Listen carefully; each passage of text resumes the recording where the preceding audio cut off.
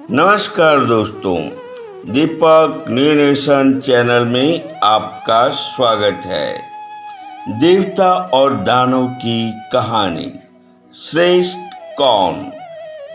जब ब्रह्मा जी ने देवता और दानवों के सामने रखे थे ये अजीब से शर्त।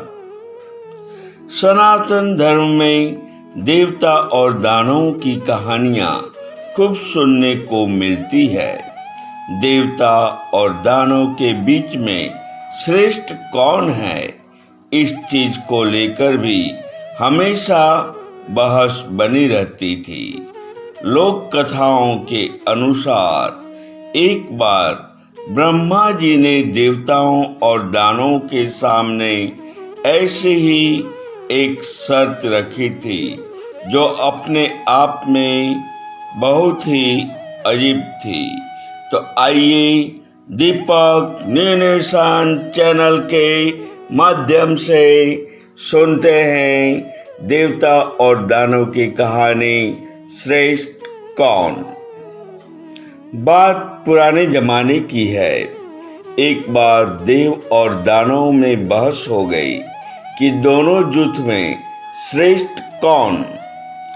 देव कहने लगे, हम भक्ति में श्रेष्ठ हैं, हम स्वर्ग में निवास करते हैं। तो दानव कहने लगे, हम तप करके वरदान की शक्ति से स्वर्ग पर भी आधिपत्य जमा सकते हैं, इसीलिए पाताल निवासी होने के बावजूद हम ही श्रेष्ठ हैं। जब दोनों में श्रेष्ठता के बारे में बहस बढ़ गई तो नारद जी के परामर्श पर वे न्याय के लिए परमपिता ब्रह्मा जी के पास पहुंचे। ब्रह्मा जी ने देव दानव दोनों जुट की बात ध्यान से सुनी और सोचने लगे कि वे श्रेष्ठ बताएं तो किसे बताएं। देवों को श्रेष्ठ बताने पर दानव नाराज होते थे और दानव को श्रेष्ठ बताने पर देव नाराज होते थे। समस्या बड़ी विकट थी। कुछ सोचकर ब्रह्मा जी ने देव और दानवों को दूसरे दिन ब्रह्मलोक में भोजन करने का निमंत्रण दिया। साथ ही भोजन के पश्चात दोनों को श्रेष्ठता के बारे में उत्तर देने की बात रखी। दूसरे दिन देव दानव ब्रह्मा जी के यहाँ भोजन करने के लिए गए। देव दानव दोनों जुट को अलग अलग कक्ष में भोजन के लिए बिठाया गया।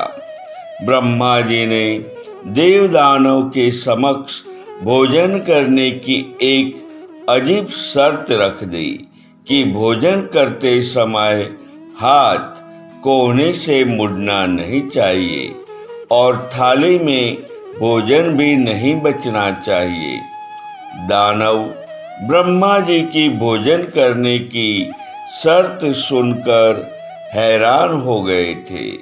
वे सोचने लगे कि आखिर भोजन करें तो कैसे करें। दानव भोजन उछालने लगे और फिर मुंह खोलकर भोजन मुंह से पकड़ने के लिए लपकते।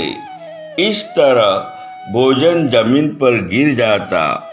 दानव की कक्ष से शोर भी होने लगा और इस तरह सारे भोजन की बर्बादी हो गई और दानवों ने पेट भी नहीं भरा।